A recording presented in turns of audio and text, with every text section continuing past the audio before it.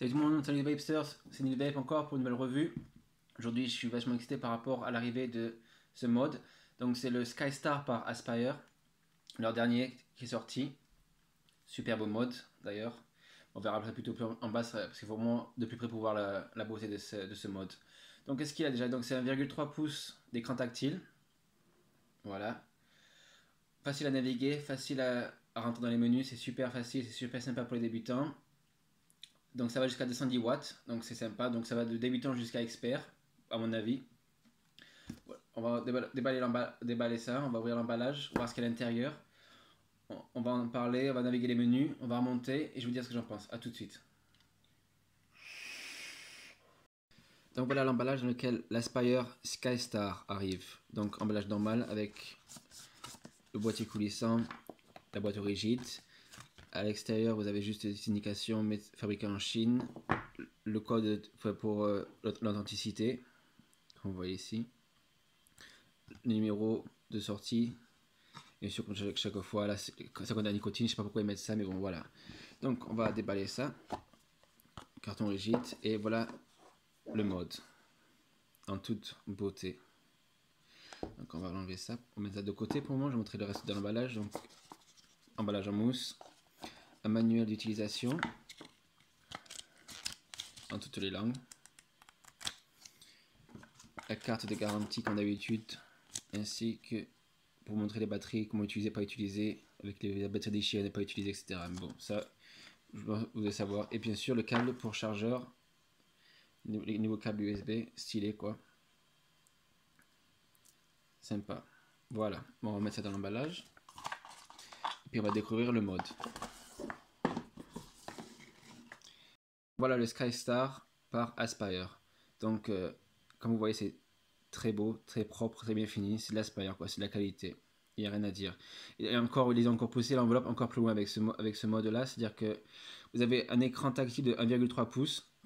Là, le câble chargeur comme d'habitude. Aussi pour faire télécharger de nouvelles données pour augmenter la puissance si au plus tard ils font. Le bouton pour vaper ici, qui est discret, qui est pas sur les côtés, donc c'est pas facile dans la poche. Vous n'appuyez pas tout seul, quoi, c'est sympa. Le 510 avec un petit logo Aspire. Ouais, en or plaqué or. Le 510 en bas là. Tout ça c'est du chrome, un genre de plastique ou peut-être du chrome vraiment, je sais pas. En dessous donc voilà, Skystar designé par eGate, voilà. Donc comme je dis, donc un écran tactile de 1,3 pouces. Au niveau de dimension, donc on est à 91 cm de hauteur, 50 cm de largeur et 33 cm d'épaisseur. Les batteries pour ici, ce sera du 18650, voilà. Donc une porte qui est bien robuste, avec des gros aimants donc en haut et en bas pour pas ça se détache. La ficelle pour retirer les batteries plus facilement quand on les met, donc on va mettre déjà des batteries dessus. Donc le plus que vous voyez c'est bien indiqué là, plus et moins, donc il n'y a pas d'erreur à faire. Le moins ici, voilà, comme ça. Après on rabat donc la petite ficelle. Et voilà, là ça bouge pas là. Il n'y a aucun mouvement, c'est super. Et donc voilà le bel écran qui nous met dessus. Donc, comme j'ai dit tout à l'heure, voilà, il n'y a pas le réservoir dessus, mais je le mettrai dans l'instant. Je vais juste vous montrer donc comment ça marche. On va mettre pour l'exemple donc le Kylin.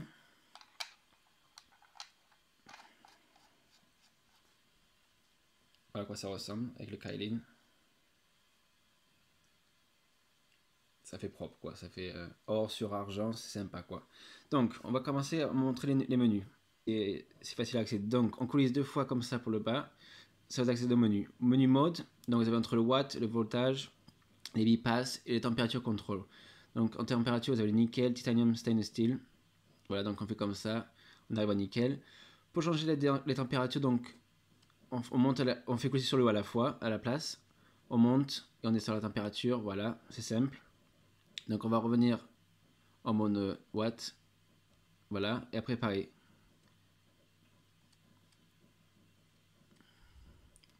On peut changer pareil, donc on monte, qui monte rapidement quand même, et on redescend aussi facilement. Voilà. Au niveau, là les soft, alors en fait je vais expliquer, c'est-à-dire que Vous pouvez changer la densité de comment ça va, la batterie va, le mode quoi, va brûler votre résistance en fait. Donc vous avez le soft, voilà, vous avez le soft, vous avez le normal et vous avez le fort. Moi je vous conseille en fort, en médium, en soft, pardon, voilà. Pourquoi? Parce qu'en fait, c'est au lieu d'attaquer votre corps directement à fond, ça va faire un genre de préchauffage, quoi. L'avantage de ça, c'est que ça vous économise votre résistance. Et moi, j'apprécie ça quand les fabricants ils mettent ça sur leur menu, c'est un top. Pour moi, c'est un plus pour ça. Bon, on va pas s'aller sur la chose, on va revenir en mode normal. On va continuer dans les menus, je vais vous montrer ce qu'il y a de reste. Donc après, vous avez les informations, donc voilà, TCR, etc.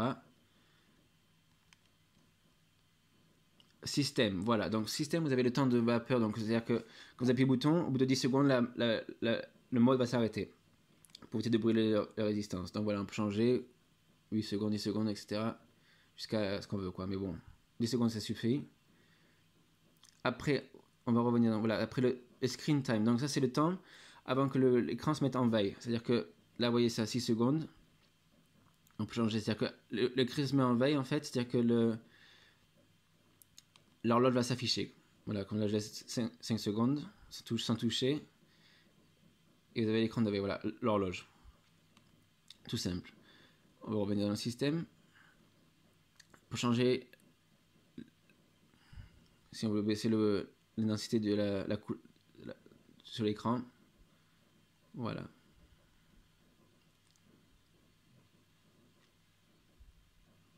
Voilà, on va 100% mettre en SMPC pour que ça soit facile à la caméra quand même. Voilà. Et après, donc, vous avez la langue, donc on peut changer la langue. Si vous voulez. Voilà, il n'y a que l'anglais dessus. L'heure, donc voilà, changer l'heure. Voilà le jour. J'ai pas encore fait ça. Bon, voilà, on va pas s'étaler dessus. Analogue ou digital, voilà. Et après, ce qui vous reste, donc, c'est juste les informations sur le mode. Donc, c'est voilà, la version donc, du software, c'est du 210SV01, c'est l'Aspire, quoi. Après, il faut aller sur leur site internet pour savoir quand est-ce qu'il y a un nouveau truc qui est sorti, etc. Donc voilà, à part ça, au niveau d'écran, donc je vais au taille un peu plus civil. Donc vous avez le wattage qui est en haut. Vous avez donc votre résistance en 0,15. Ça, c'est la résistance du coil. Les ampères quand vous tirez dessus. Et le voltage de vos batteries là, donc 2,3 parce qu'elles sont assez faibles les batteries là. Et le nombre de fois vous avez appuyé, le nombre de secondes que vous avez appuyé dessus le bouton, donc là, c'est 4 secondes. 0,4 secondes, non 4 secondes voilà, donc voilà.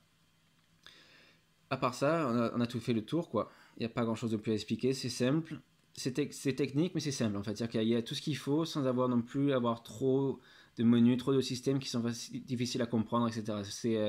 J'aime bien ça, c'est sympa. Donc voilà, je crois qu'on a tout vu dessus par rapport à l'Aspire.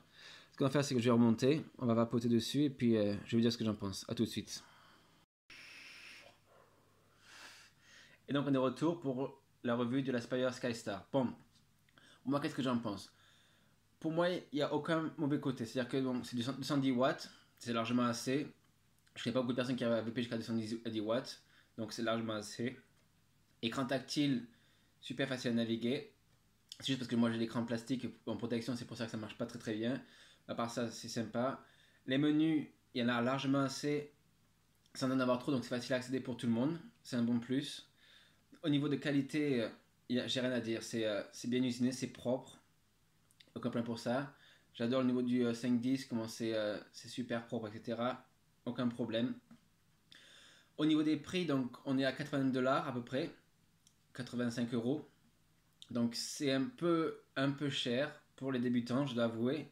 Mais si vous pensez, si vous avez les petits peines, etc., les petits modes ils vous disent bon, faut que je change, je conseille d'acheter les modes un peu plus dans les prix comme ça. C'est-à-dire que c'est du robuste, c'est l'Aspire. J'ai jamais aucun problème avec de l'Aspire, c'est un truc vachement fiable. Il n'y a aucun problème par rapport à ça. Et l'avantage, c'est que ça va durer longtemps, quoi. Plutôt que d'acheter des trucs qui sont pas chers et qui risquent de casser et qui vous risquent de vous dégoûter. Donc moi personnellement, je recommande.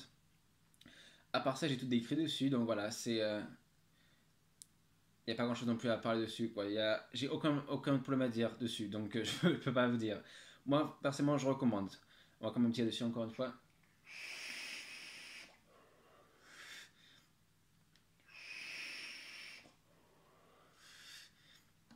On appuie sur le bouton, ça part direct. Bon, il n'y a aucun problème par rapport à ça aussi. C'est pas en retard, etc. C'est super. Donc voilà, on a tout décrit dessus. J'espère que vous avez apprécié. Si vous avez apprécié, merci d'écrire, d'aimer en bas. Inscrivez-vous pour plus de revues, parce qu'il y en aura plein qui arrivent encore. Laissez un commentaire si vous avez des questions à poser dessus. Et sur ce, à la prochaine, continuez à paix.